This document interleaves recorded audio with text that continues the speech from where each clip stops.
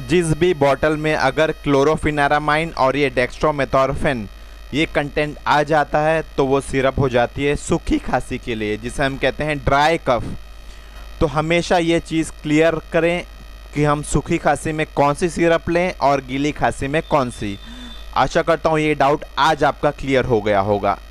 गीली खांसी के लिए यानी वेट कफ के लिए मैं अलग से वीडियो बनाऊंगा, शॉर्ट वीडियो, तो उसे ज़रूर देख लीजिएगा। शुक्रिया, धन्यवाद।